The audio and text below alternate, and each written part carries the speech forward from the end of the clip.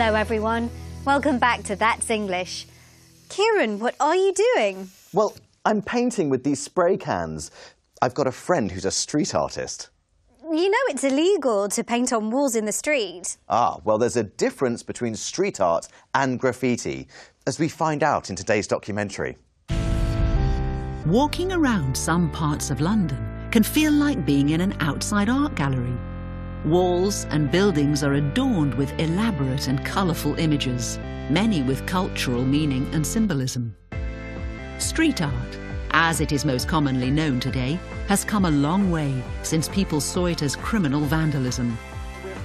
Dave Stewart works for Street Art Tours and takes people on guided tours around London's most vibrant and colourful streets. He explains more about the street art movement. I think it's art out in the public environment, created by people who are not controlled by an institution or by an authority. Okay, so it's kind of independent art, it's not municipal. It's art that is there for us all to enjoy. It's art that we don't need to be terribly specialised or knowledgeable to enjoy. You know, we don't need to know all about art theory and art history and clever things like that. We just decide if it's something we like or we don't like. As in traditional art, there are various genres of street art. Street art can be subdivided in terms of technique as well. Spray painting is common. Stencilism, made famous by Banksy. Art on paper, paste-ups as we call it. Okay, art that's done somewhere else and then glued to walls, a bit like fly posters. Sculptural pieces of art, you have to hunt for them. But when you find them, they're beautiful, they're exciting. So is there a difference between street art and graffiti? That's something that 100 people could debate and they could have 100 different answers. Okay. For me, it's a question of audience. Street art is for us. Street artists want us to see their work and to think about their work, to enjoy it and maybe be impressed by it. Graffiti writers, they don't care about us. We are not their audience. They don't care if we can't read what they're writing. It's for other graffiti writers to be impressed by their style, by their daring, by the locations they've done the graffiti. One of the biggest changes in recent years has been the acceptance of street art by property owners and even local councils. People started to give permission to artists to paint on walls. The artists could then work in the daylight. They didn't have to be fast. They could take their time. They could use multiple colours. They could really produce art that showed off their abilities. When people started to see this more accomplished art, they began to realise, do you know what? This is not just vandalism. Britain's best-known street artist, Banksy, is internationally renowned, and his work is considered extremely valuable. He makes jokes. We get the joke in a piece of Banksy art immediately. But Banksy isn't the only street artist to get paid for his work. Graffiti artist Sept has commissions from global fashion brands, yet in the past he spent time in prison for vandalism. I first got into graffiti in 1986, so this was before the term street art came about. And then I saw the book Subway Art, and this sort of was the first proper documentation of the New York subway scene. So painting on trains, it was the beginning of the explosion of hip-hop culture of coming over to England. Just from there really was completely inspired by, like, first of all the paintings, and then when I learnt that it was illegal, you're just sort of blown away of how on earth did they manage to do this. With big art galleries choosing to display graffiti, famous pieces going for £500,000 at auction, it can be argued that street art is becoming mainstream. And it's part of sort of mainstream culture now. So, yeah, I think it definitely has lost something. Graffiti, true graffiti, will never really be accepted because the pure element of it is to be illegal. When it's not done illegally, it loses everything. You see, street art is quite mainstream or normal now. They even invite street artists to decorate walls. But the graffiti artist was sent to prison and he still doesn't want people to see his face. Let's listen again to how Dave described the difference between graffiti and street art. For me, it's a question of audience. Street art is for us.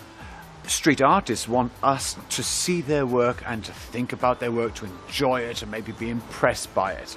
Graffiti writers, they don't care about us. We are not their audience. They don't care if we can't read what they're writing.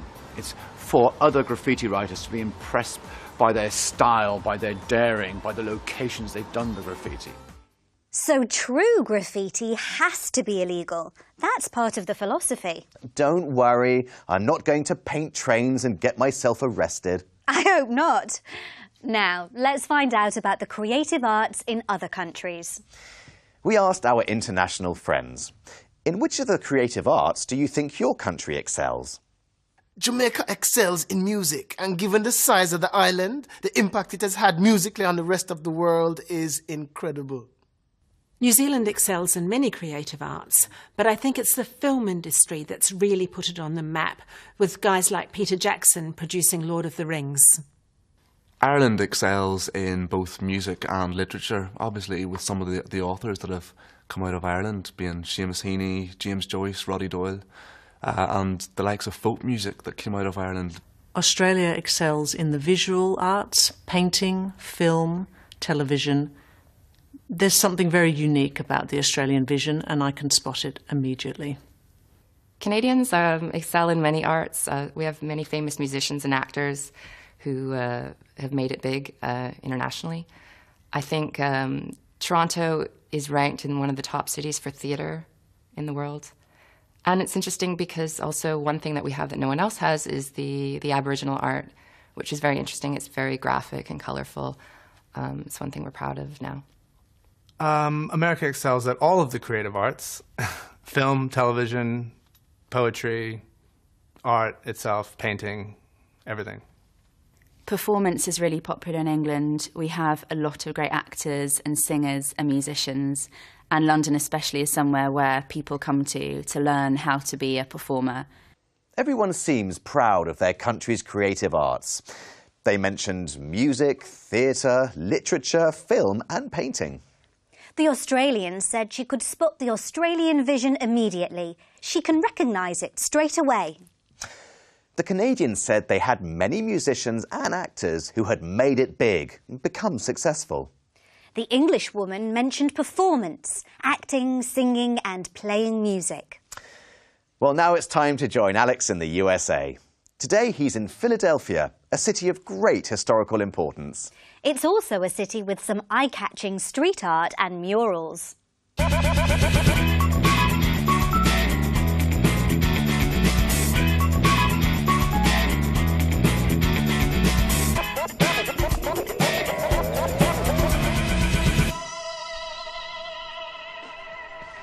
Hey there, today we're in Philadelphia in the state of Pennsylvania, home of the Philly cheesesteak sandwich.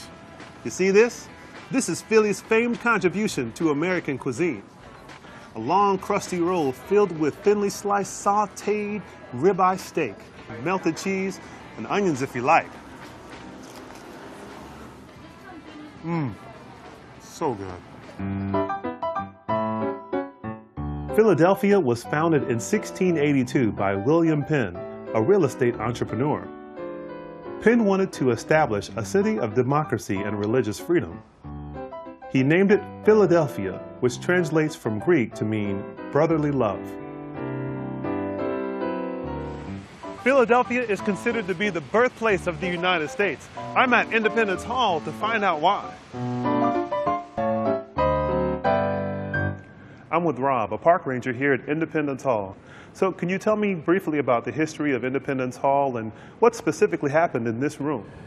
Well, the building begins construction in 1732. Colonists get together in this room.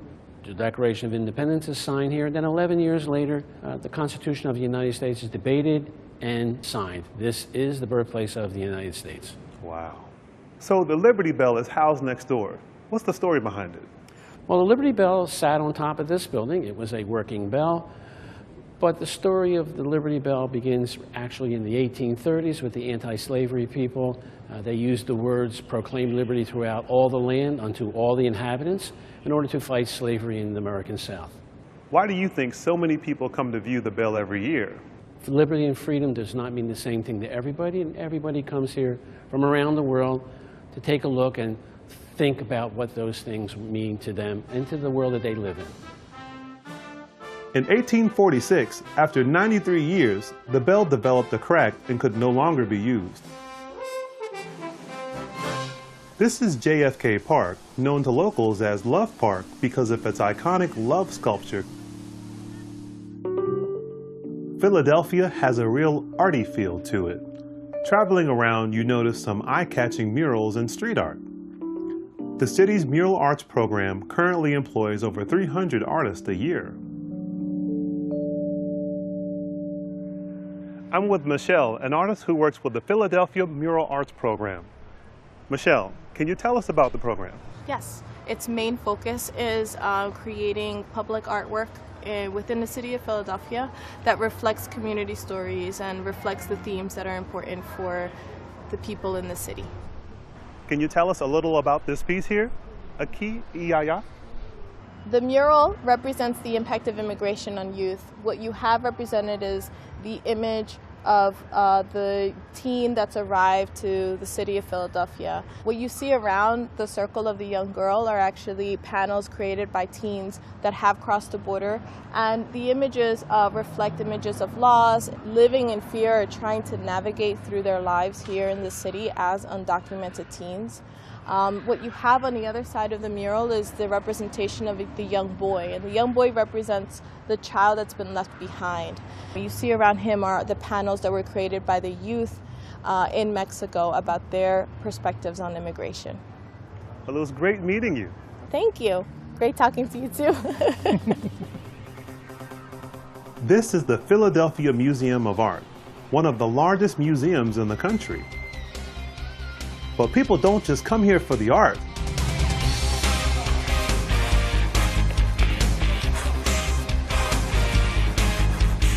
These 72 steps are famous. This is where Rocky the Boxer, played by Sylvester Stallone, did his training in the Hollywood film. There's even a statue in his honor. Well, see you next time in New Haven. I didn't know Philadelphia was the birthplace of the United States and a symbol of democracy and freedom. That's right. And weren't the murals striking? They were. Did you recognise the steps where Rocky trained? Alex was really getting into the part. He's pretty fit, isn't he? I'm sure I could run up those steps. Oh, I'm sure you could, Kieran. Well, I'm afraid it's time to go. See you next time. Bye. Bye-bye.